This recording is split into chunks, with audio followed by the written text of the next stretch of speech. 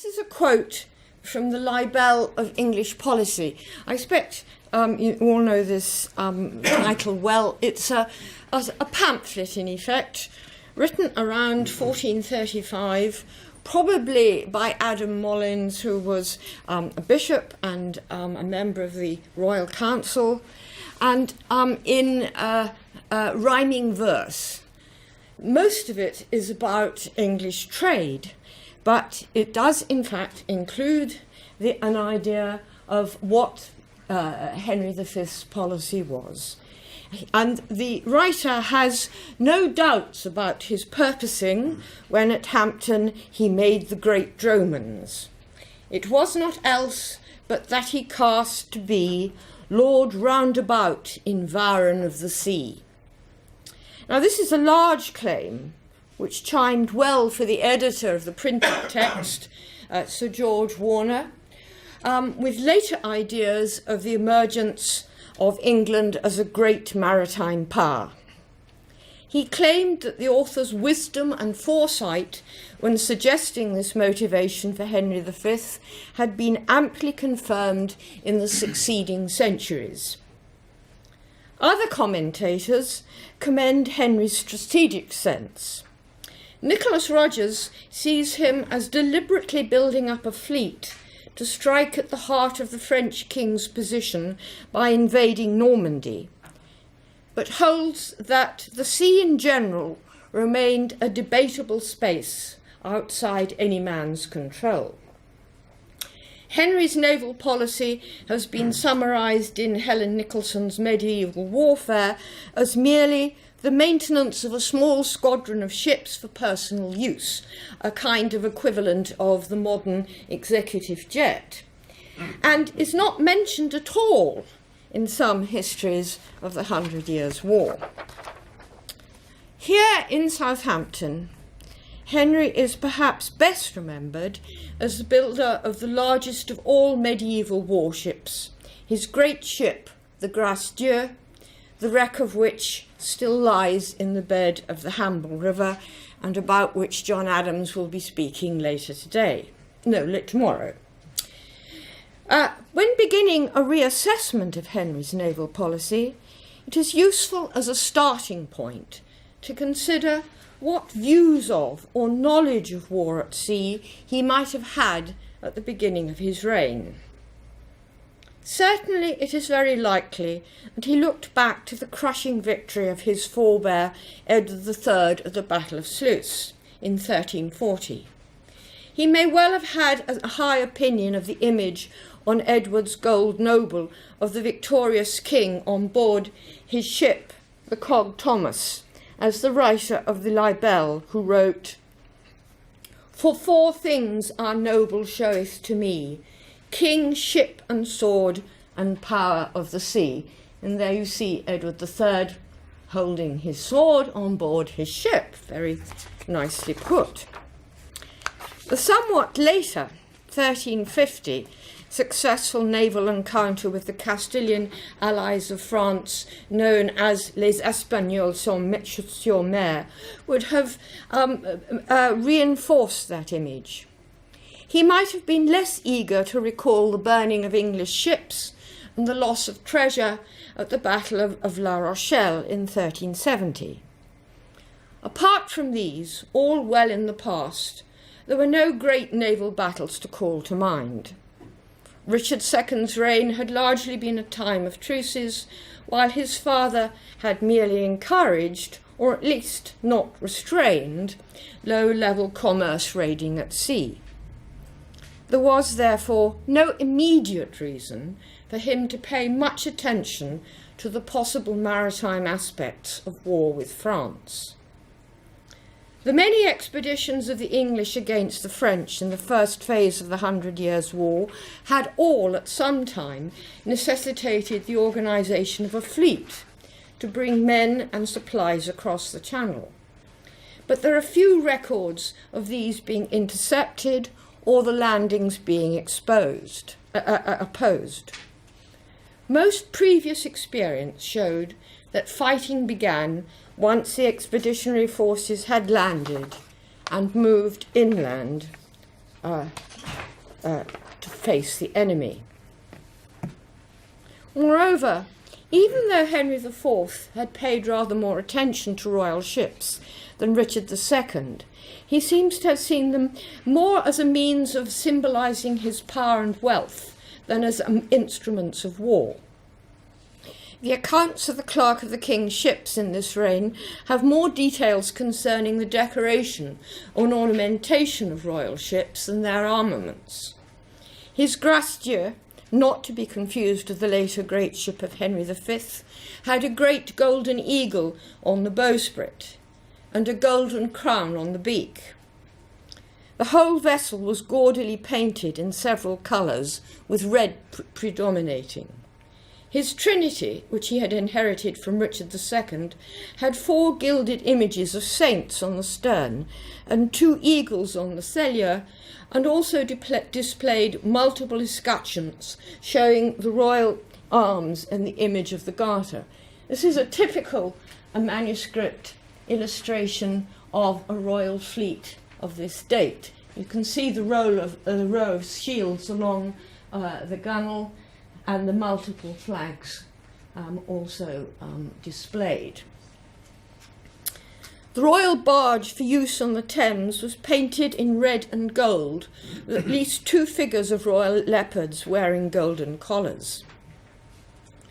Over the first 7 years of Henry IV's reign, nearly £4,000 was spent on the royal ships, but around a quarter of this was spent on a single voyage, the vessels which brought Joan of Navarre, his second wife, from Brittany to England in 1402. In the final years of his reign, expenditure on the royal ships almost entirely ceased. Less than £300 in this whole period. The 2 vessels so brightly decorated at the beginning of the reign were laid up at Radcliffe on the Thames, and the Grastier was in fact granted to the Earl of Somerset in 1409. There were no immediate signs of any change in this neglect of the royal ships in the first months of Henry V's reign. The account for the first 5 months of the new reign state that the clerk of the king's ships had received no money and had likewise spent none.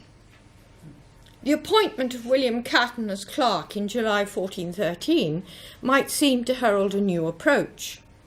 Expenditure and also the number of royal ships increased. The policy followed, however, is very much the same as that of Henry V's great-grandfather, Edward III. A new Trinity was built as the royal ship and as gaily painted as her predecessor. Royal ships were used on trading voyages, largely for wine to Bordeaux, raising the considerable sum of £2,000 in freight charges in the years 1413 to 16. This was a practice commonly used by Edward III. The lack of any new thinking concerning the royal ships is made clear when looking at the steps taken by the Privy Council in 1415 to prepare the realm for the imminent war with France. The minutes of the meeting in February 1415, attended by the very experienced commander Sir Thomas Erpingham, and also Thomas Beaufort, Earl of Dorset, the Lieutenant of Guienne, set out the requirements of the Guard of the Sea. This would consist of 2 great ships, 5 barges and 5 ballingers to protect the coast all the way from Plymouth to Berwick, manned by 252 men-at-arms, 252 archers and 536 sailors, an overall total of 1,040 men. This was not an entirely negligible force, but not one that could counter a sustained attack.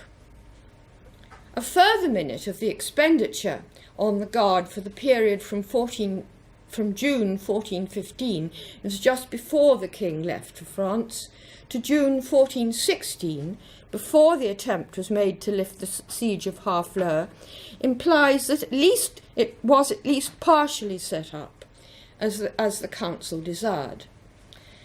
£1,231 15 shillings had been spent on the masters, crews and fighting men of 4 ships, not the original 8 required.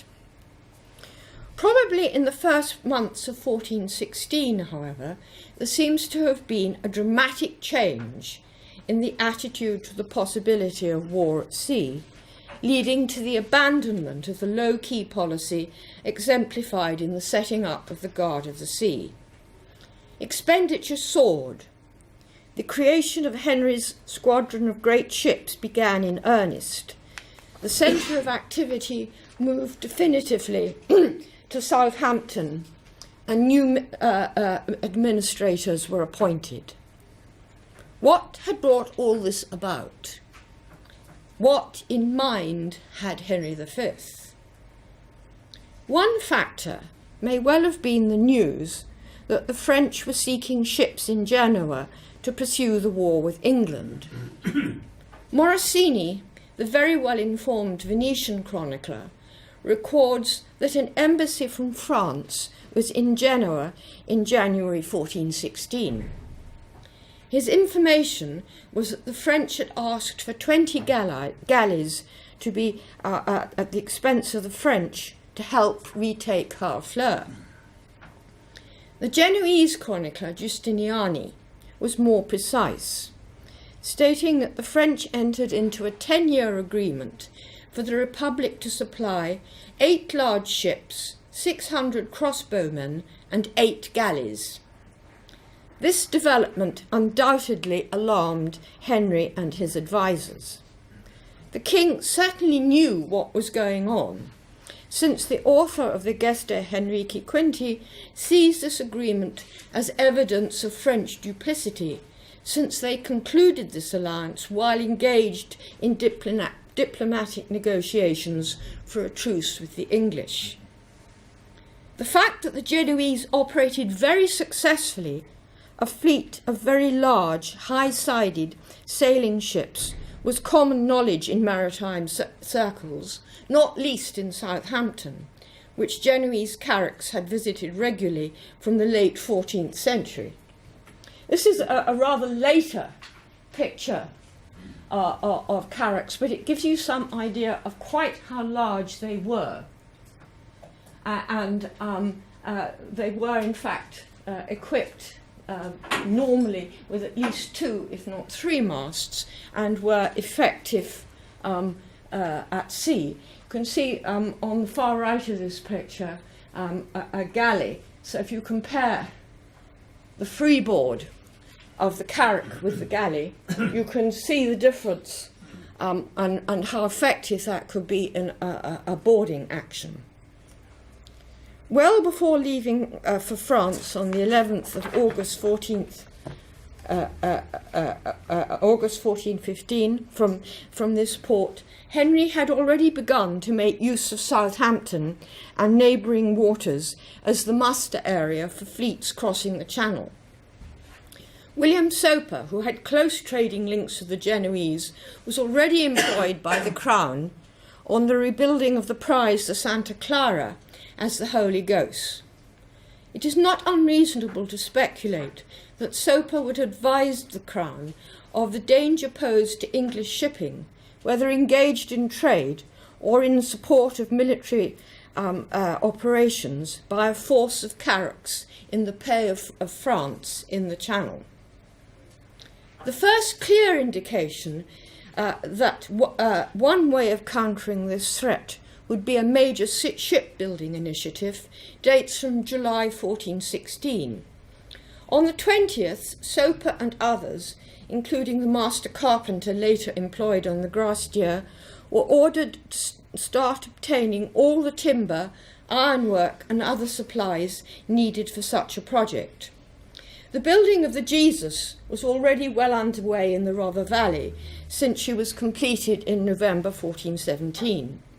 Some smaller ships were also constructed to support the major vessels, most notably the Falcon and the Valentine. Most of this work was to take place in a port not previously much used either for shipbuilding on a large scale or as a base for the royal ships.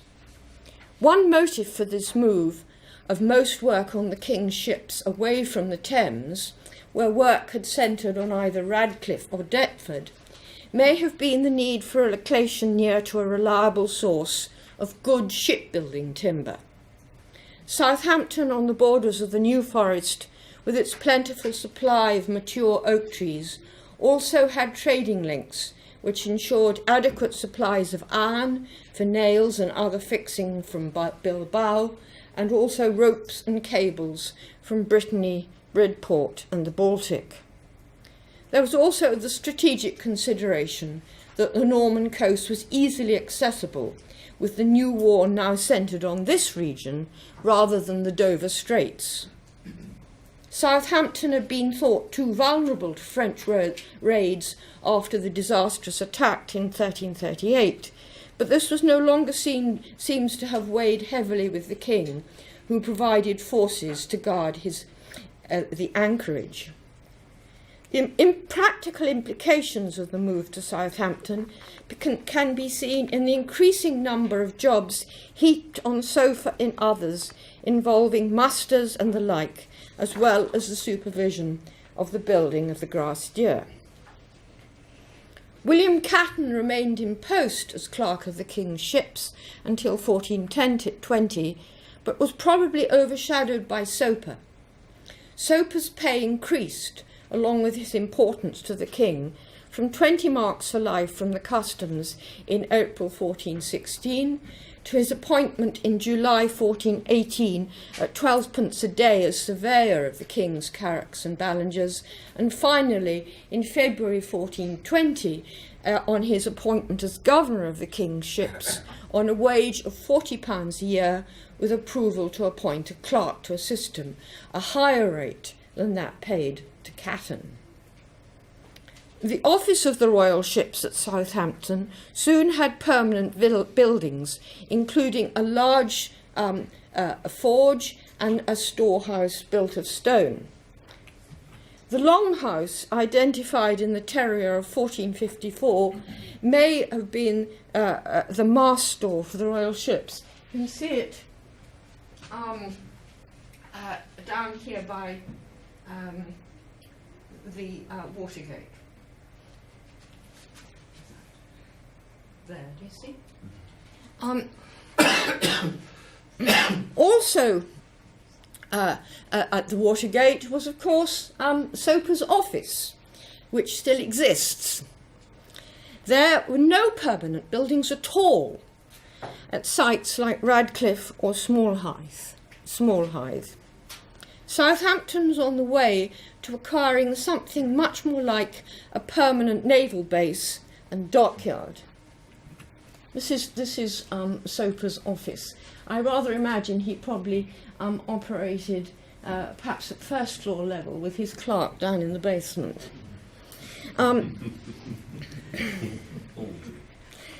The anchorage of the great ships in the Hamble was also protected by a purpose-built bulwark manned by a guard of 40 men-at-arms and with a protective chain across the anchorage. The much better survival of well-kept books of particulars, sometimes in conjunction with the book of the Controller, for Soper's period as keeper of the king's ships, are also a clear sign of a well-run and firmly established administration. This is the opening page of the first of Soper's books of particulars, and you will note on the left-hand side a clear list of contents, something sadly lacking from many medieval manuscripts. Events, in fact, did nothing to allay English fears of the resurgent French interest in maritime affairs. Unsuccessful raids made by the French on Portland and elsewhere on the coast had taken place in June 1416. The Battle of Harfleur in August 1416, which resulted in the capture of 3 Genoese carracks by the English, made plain that alarm at the military potential of these vessels was justified, but that determined attacks on the carracks could be successful at a price. The battle off Harfleur lasted for 5 or 6 hours, with at least 1,500 dead. The perception that at least a nucleus of large high-sided ships was now essential for success in any engagement at sea was further heightened by an incident in September off Calais, when 6 Ballingers, these had a much lower freeboard, not perhaps as little as a galley, but certainly nothing like the amount of freeboard of a carrack. 6 Ballingers fought a prolonged and bloody engagement with 1 Genoese carrack, and were finally forced to withdraw when their missiles were exhausted, leaving the carrack to make good her escape. They were unable to board her because of the difference in freeboard, and of course this is taking place at sea, not in a bay or an estuary, but on the high seas, and the boarding ladders were thrown back by the carrack's crew every time an attempt was made to board her. A policy to deal with the threat posed by the carracks in the Channel seems to have been devised and put into operation from the summer of 1417, at least until the conclusion of the Treaty of Troyes. From 1417 to 1420, regular patrols were sent out to scour the Channel for enemy shipping, with the core of each squadron consisting of the most effective of the King's ships. In both 1417 and 1418, the King and his advisers were clearly nervous of French intentions regarding direct attacks on England, and even worried about the threat of a possible invasion. In June 1417, there were fears for shipping in the Thames, since there were news of a French fleet off the Downs. A general commission in 1418 ordered the Sheriff of Hampshire to organise local defence forces on the coast, including watchers for enemy ships, with some men required particularly to guard the King's ships. The tactic of regular patrolling, however, was undoubtedly highly successful. In 1417, no fewer than 3 squadrons were at sea, with the most successful being under the command of the Earl of Huntingdon. This was responsible for the spectacular capture of no fewer than 4 Genoese carracks, all of which were renamed and absorbed into the King's fleet. Another, the Anniv, was taken by Sir Hugh Courtenay, but wrecked off Southampton shortly afterwards. In all, 5 carracks and 5 other vessels were taken as prizes from the French or their allies in the summer of 1417. Patrols in 1418 and 1419 did not have this level of success in acquiring prize vessels. Only the Holy Ghost of Spain was taken again by Hugh Courtenay in August 1419. But the presence of enemy vessels in the Channel had undoubtedly greatly decreased, and with that the sense of alarm in royal circles. It is also the case that by the end of 1417, the Genoese had lost a total of 8 carracks to the English. That is, the 3 taken and the 1 wrecked off Harfleur in 1416, and the 5 mentioned above. Losses on this scale of such expensive vessels, essential to the success of Genoese seaborne trade, could not continue, especially as these large vessels were privately owned by groups of wealthy Genoese, not the property of the state. All the patrolling squadrons in the Channel had a substantial corps of royal ships. They also included routinely 1 or more of either the great ships or the former Genoese carracks. Thus, in the summer of 1417, Huntingdon's forces were led by the Trinity Royal and the Holy Ghost, while a smaller force led by Lord Castellon included the Mary Sandwich, one of the renamed Genoese carracks. In 1418, John Arundel, the deputy of the Lord Admiral the Duke of Exeter, was in command of a force including the ex-Genoese carracks Peter, Christopher and Andrew. It was now well understood what type of vessel was likely to be most effective in the kind of boarding action usual at this date. Even the Gracieuse only known voyage was undertaken as part of the patrolling group of 1420. She had been built on the assumption that a ship of her design and dimensions would be able to overcome any possible adversary, but was never called upon to prove this in combat. This is a much later picture. In fact, it's a contemporary woodcut of an encounter between the Venetians and the Turks off the coast of the Peloponnese. But I've included it because you can see each fleet had one large high-sided vessel. You can see them there, and this has been a little bit cut off, but you can just about see the galleys circling these vessels, and you can understand the extreme difficulty of a conflict between high-sided vessels and much lower vessels with much lower freeboard. The apparent commanders of these patrols were usually a nobleman of high rank with experience of land warfare.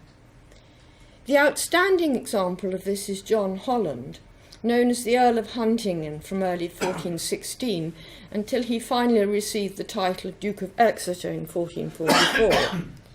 He was the notional commander of the successful patrol fleet of 1417. The remainder of his distinguished military career, however, was spent in land campaigns. Behind these noble commanders, there was a corps of experienced seamen, most with close connections to the West Country and experience in maritime combat, gained in the somewhat contentious area of commerce raiding for the most part, which Chris has been talking about. Among this group, the Courtenay family and the Carews are conspicuous, and also such figures as our great friend John Hawley of Dartmouth, and John William, his colleague, master of the royal ship, the Jesus. In August 1417, 20 of the masters of the king's ships were granted annuities from £5 to 10 marks at the Exchequer. Previously, masters had been paid by the voyage at the usual rate of 6d a day. This change to an annuity seems to signify that a corps of experienced seamen who were committed to the service of the crown existed on a much more permanent basis. At least some of these payments were made regularly until the death of Henry V. It is also notable that the system of regular patrolling and its success were not forgotten by the maritime community and those who were put at risk by hostile shipping in the waters of England's coasts.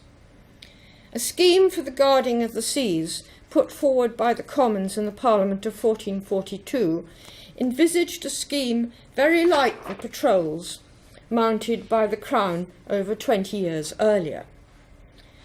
The Commons requested that a squadron based around 8 great ships should be at sea continuously between Candlemas and Martinmas, with supporting balingers, barges and pinnaces, at a total cost of over £4,500.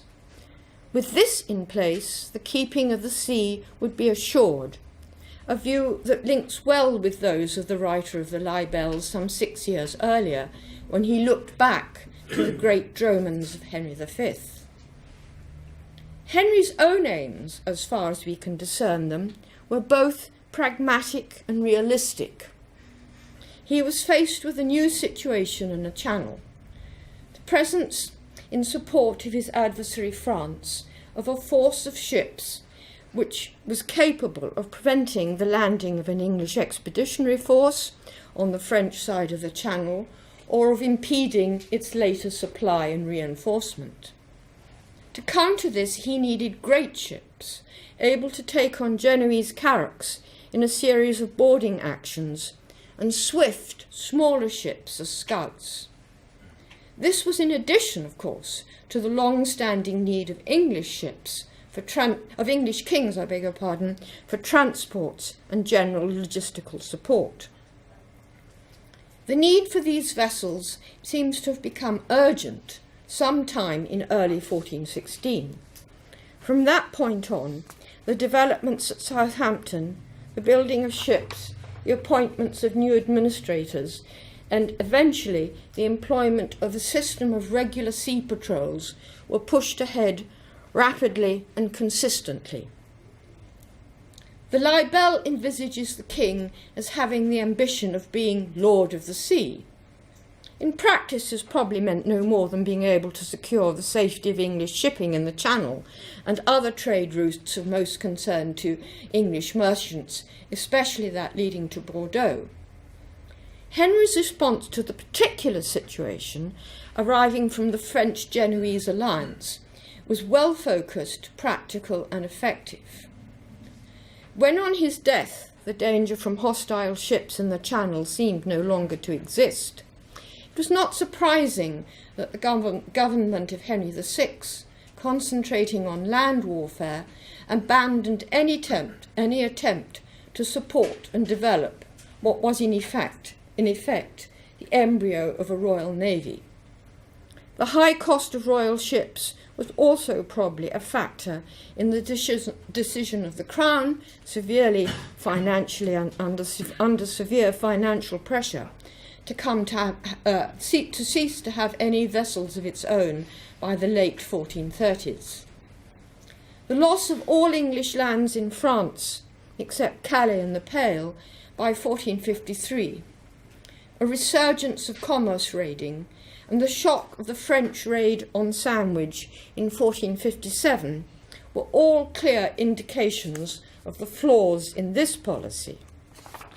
Sir John Fortescue pointed this out in his tract, The Governance of England, written for the benefit of Edward IV. It was not, however, until the reign of Henry VII and the beginnings of the rise in the use of effective gunpowder artillery in combat at sea that the Crown once more began to take seriously the development of royal ships in the defence of the realm. If you can see this, which is not very clear. 2 minutes. This is from 1485. You can just about see cannon over the gunwale there. This is one of the guns off the Mary Rose. It's on a replica gun carriage, but you see the culverin there. And there is the Mary Rose from the Antony roll in all her glory. So you can, by the time you get to the reign of Henry VIII, this is the image of the royal ships. And you can, one can perhaps state that Henry V's policy had anticipated the founding of a royal navy, but it was stopped in its tracks by Henry's early death and the change in the strategic conditions at sea. Thank you very much.